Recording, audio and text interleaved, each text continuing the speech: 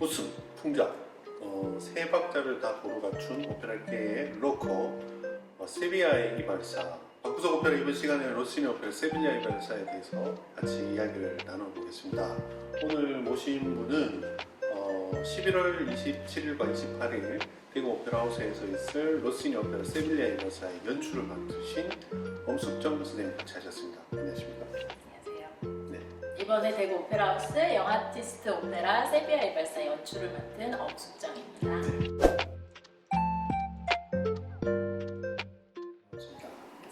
네. 우리 세비야 이발사하고 피가로의 결혼하고 헷갈리시는 분들이 많잖아요. 좀 설명해 주세요. 네, 프랑스 극작가 피에르 보마쉐의 그 작품 3부작에 이렇게 있는 그런 작품입니다. 그래서 첫 번째 이야기가 세비야 이발사, 두 번째가 이제 피가로의 결혼이죠. 네, 세 번째 작품이 또 있죠. 죄 많은 어머니. 이렇게 3부작인데 오페라로 이제 작곡이 또 됐기 때문에 많은 분들이 연결해서 생각하시고 또 헷갈려하실 수도 있고요. 이 오페라를 찾는 이유가 뭐라고 생각하십니까? 일단 오페라를 찾는다고 했을 때는 모차르트 그리고 로시니, 진짜로 요 벨칸토 시대 때 이 서막을 여는 굉장히 거장 작곡가들이 작품을 만들었기 때문에 음악적으로 굉장히 매력 있다고 생각이 되고요.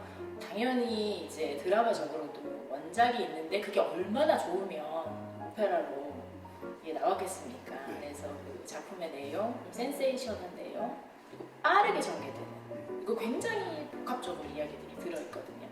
예, 그래서 매력이 있지 않나. 연출 면에서 봤을 때 그러면 세비야 이발사 어떤 점에 가장 매력을 느낄 것 같고 이번에 하실 때 연출하실 때 어떤 면을 좀 부각하고 싶으신지. 기본적으로 굉장히 막 통쾌한 장면들이 많이 있어요. 말씀하신 대로 어떤 계급적인 이제 아래쪽에 있는 친구가 이제 활약을 멋있게 하는 거기 때문에 이제 그 부분을 최대한 자연스럽게 저는 살리고 싶고요. 사실 이번에는 저희가 작품 안에서 어떤 신분적인 거를 굉장히 많이 노출하기보다 우리들이 이렇게 봤을 때 뭔가 사회적으로 눌려있다, 뭔가 이렇게 좀 분하다, 이런 부분이 재밌게 소통이 될 수 있고, 피가로가 또 그 안에서 재치 있게 풀어요. 그것을 막 힘들게 막 고민해서 풀어서 되나 해서 이렇게 해결이 되는 게 아니라 바로 네, 위트 있게 굉장히 쾌락적으로 풀기 때문에 보시는 분들도 그냥 뭐 어려운 것들, 뭐 요즘에 또 코로나 때문에 너무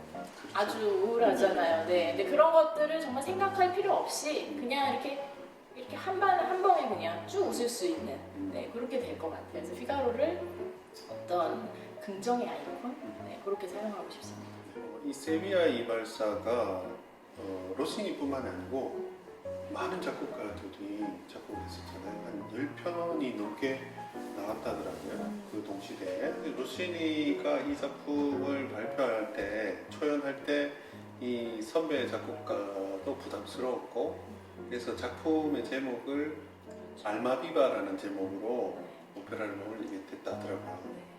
그랬는데도 첫 공연 때 이 바이지엘로의 그 추종자들이 고양이도 풀고 뭐 엉망진창을 만들어서 처음에 실패를 받았지만 계속 노력해서 성공을 했는데, 공교롭게도 그 해에 초연이 된 그 해에 바이지엘로가 75세인가요? 그 나이에 작곡하시게 되면서 천천히 작품 제목을 바꿔가지고 세비야 이발사로 그렇게. 그러니까 마치 그런 행보는 사실은 스승을 인식해서 리스펙트하는 차원에서 제목도 좀 바꾸고 올렸는데 너무 금방 또 돌아가시자마자 제목을 또 발화장이 바꾼 걸 보니 또 나름 좀 보통은 아니다, 그런 느낌이 또 살짝 들기도 해요. 원래 원작에 보면 알마비바 백작이 로지나를 세비야에서 본 게 아니라 마드리드에서 보고 이 여자를 졸졸 따라와서 이 여자 세비야에서 하는구나 하고 도착해가지고 이제 피가로에게 좀 연결시켜봐 하고 있는 건데, 이 로지나의 매력은 어디 있다고 생각하십니까? 그러니까 제 생각에는 당연히 그 당시 때는 어떤 여성의 자아 이런 것들이 또 이렇게 안에 많이 가지고 있었을 거라고 생각이 들어요. 여러 사회적인 분위기 때문에 우리나라도 사실 그랬었고. 그러니까 그 갇혀 있는 상황 안에서 나가려는 시도를 계속하고 기회를 항상 엿보거든요. 그러다 보니까 굉장히 진취적인 친구라는 생각이 들고 모르는 이제 알마비바가 이제 세레나데를 불렀을 때 이제 거기에 또 바로 혹해서 이렇게 넘어가잖아요. 어떻게 보면 이제 그런 부분에 있어서도 뭔가 이렇게 닫혀 있는 사람이 아니라 열려 있는 사람인 것 같아요. 많은 부분에 있어서. 그래서 자기한테 또 기회가 왔을 때 쟁취할 줄 알고 기회를 기회로 볼 줄 알고 그 안에서 되게 액티브하게 능동적으로 뭔가를 하게 되잖아요. 그래서 그런 부분이 이렇게 좀 뭔가 어필이 되지 않았을까. 물론 이제 보자마자 쟤 능동적이야 뭐 이렇게 느껴지진 않았겠지만 그런 것들이 이렇게 복합적으로 그 사람을 이렇게 단단하게 만들었을 거라고 생각이 들고 근데 이제 로지나의 그런 면이 이렇게 좀 부각이 됐을 거라고 생각이 들어요. 뭔가 이렇게 범상치 않다 그런 기운들. 로지나가 알마비바를 봤을 때 세레나다에 빠졌을까요? 아니면 이미 이 사람이 따라오는 걸 알고 있었을까요? 마드리드에서부터? 새로운 질문이네요. 좀 궁금하더라고요. 네, 그렇게 생각할 수 있죠. 알마비바의 관심을 미리 느꼈을까라면 사실 전혀 느끼지 않았어라고 단언하기도 좀 힘들 것 같아요. 그런 가능성을 전 열어두고 싶고 그리고 이제 자기 생활에서 이걸 벗어나려고들 했다고 얘기를 들었잖아요. 그러다 보니까 뭔가에 관심이 많았겠죠. 기본적으로 계속 주시하고 갔겠죠. 여러 가지를 이미 약간 느낌이 있었고 그리고 이제 직접 또 그렇게 자기에 대해서 이렇게 열심히 세레나를 부르는 남자는 땡큐죠. 그러지 않을까요? 네. 그러면 우리 사실 더 재밌게 그릴 수 있는 캐릭터가 마르톨로일 수도 있는데 네. 그렇죠. 마르톨로 박사가 로지나를 생각할 때 나이 차이도 많이 나고 본인이 후견인으로 키워주고 있는 아가씨인데 뭐 공연에 따라서는 이제 로지나가 상속받은 돈 때문에 이 여자를 좋아했다. 그리고 예뻐서 좋아했다. 자기가 어떻게든 결혼하려고 했다. 어떤 심리였을까요?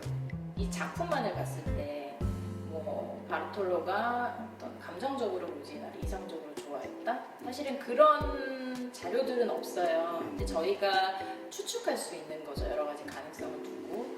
하지만 바르톨로의 그 성향 중에 하나 확실한 건 재물에 대한 욕구가 굉장히 많다는 건 사실 확실해요. 아주 여러 가지 장면에서 보면 그 사람의 무력을 좀 느낄 수 있거든요. 그것 때문에 로지나를 포섭한다. 그런 느낌은 당연히 있는 것 같고 젊음이 주는 아름다움은 이거는 당연히 매력이 있다고 생각을 하거든요. 뭐 굳이 꼭 이성적인 걸 떠나서라도 여기서는 뭐 무력이 조금 부각됐으면 좋겠다. 여기서는 예뻐해주면 기어오르는 소년단 뭐 이런 느낌일 수도 있겠다. 뭐 그런 것들을 조금 이렇게 배치를 하고 있어요. 이게 이 작품이 발표되고 4년 후에 사실은 파리에서 혁명이 일어나고 이제 공화정으로 점점 변해가는 그런 형태를 취하게 되거든요. 근데 이런 것들이 어떻게 보면 사회 변화에 이런 오페라가 역할이 되어지나? 우리가 앞으로 어떤 창작의 기회가 있을 때 그렇게 해야 하는 게 우리가 해야 될 어떤 사명인지 그런 것에 대해서 한번 저는 선택의 문제라고 생각이 들고 그러니까 반드시 어떤 사회적인 거를 담아서 작품을 해야만 그래서 그게 뭔가 이 안에서 작용을 해야만 역할을 다 한다라고 생각하진 않고요. 그런 경우는 당연히 있겠죠. 그 작품을 봤을 때 내가 전혀 생각 안 했지만 이 시대 때 이런 부분이 있구나 생각 못 했는데 저거를 지금 풍자하고 있구나 의식을 한번 전환할 수 있는 계기를 만들어주는 것 그거 자체가 저는 일단 힘이라고 생각이 들고 그냥 힐링만 해주고 싶어. 와서 다 잊어버리고 즐기세요. 좋은 또 이렇게 힐링을 하면서 내가 리프레시 되고 에너지를 다시 얻고 그리고 다시 의식주로 돌아갈 수 있는 그런 것도 좋은 작용이라고 생각이 되니까 사실은 둘 다 그죠. 네. 내가 연출자로 이번 세비야의 이발사 중요하게 생각하는 부분이 있다면 네, 일단은 뭐 저는 가장 자연스러움을 추구하고 싶어요. 그게 어떤 말이냐면 이 주제 자체가 그 어떤 뭐 700년대, 800년대 국한된 주제가 아니라 지금도 충분히 우리 주변에 있는 이야기고 내가 겪고 있는 이야기잖아요. 이거 자체가 어떤 연기적인 부분에서도 자연스럽게 네, 생활 연기 레치타티보도 정말로 그냥 말하듯이. 그런데 그게 생활 연기라고 이게 코 파고 뭐 이런 거 아니겠죠? 뭐 좀 했었어요. 네, 재밌긴 했는데 일단 우리끼리 웃고 그거는 그런 재밌는 것들을 최대한 이제 부각을 시키고 싶어요. 그래서 이번 작품에서는 재미를 추구하고 싶다, 위트를 추구하고 싶다. 네. 1700년대 작품인데 1700년대 유행했던 그 작품이 왜 지금까지도 관객들이 좋아하는 작품이 되었을까? 이 힘이 있는 작품들은 특별함이 아니라 본질에 더 충실한 거. 이 작품이 이제 대본 그리고 음악 어떤 거 하나 빠지는 게 없다고 생각이 들거든요. 그렇기 때문에 그 시대 또 소통을 할 수가 있었고 그리고 또 기본에 충실했다니까 굉장히 이게 수준이 이렇게 하향되는 것 같으나 우리가 네 그렇죠. 저희가 말하는 이 기본이라는 거는 클래식 자체가 사실 가지고 있는 기본이 이렇게 높잖아요. 그렇죠. 그래서 고급 장르죠. 네 기본을 충족시키는 게 굉장히 어려워요. 그런 의미에서의 기본입니다. 맞습니다. 네. 처음 이 오페라를 접하는 분들도 와서 봤을 때 하고 그냥 저런 사람 이 시대에도 있지 하고 느낄 수 있는 그런 캐릭터들이 있기 때문에 아마 말씀하신 대로 이 네. 시대에도 통하지 않나. 네, 맞습니다. 근데 이 작품도 주인공 이렇게 보통 이제 테너 소프라노 이렇게 그리고 바리톤 나쁜 놈 이렇게 해서 3명 정도가 보통 이게 주역인데 이 작품은 이 주 조역이 골고루 나눠져 있으면서 뚜렷하게 개성들이 굉장히 강해요. 다 중요한 역할을 하고 있고 어느 한 명 이렇게 빠지지 않고 그리고 그 개성이 강한 조역분들이 어떤 일정 수준의 이상의 거를 또 해주셔야 되고 그래서 사실은 다 주연입니다. 그런 작품이니까 너무 볼거리가 많고 네, 즐길 게 많은 거죠. 앞으로 오셔야 되겠죠. 어쩔 수 없는. 저희가 토크로 다 담지 못한 부분은 11월 27일, 28일 날 오페라하우스에 오시면 세비야 이발사를 통해서 다 보실 수 있을 것 같습니다. 오늘 토크 여기서 마쳐야겠는데요. 또 하실 말씀 있으십니까? 아닙니다. 충분합니다. 좀 아쉽지만 작품으로 제가 쏟아붓겠습니다. 네. 저희 그러면 오페라 때 방구석 오페라 다음 시간에 더 탄탄한 컨텐츠로 다시 돌아오도록 하겠습니다. 여러분 안녕. 구독과 좋아요 부탁드립니다.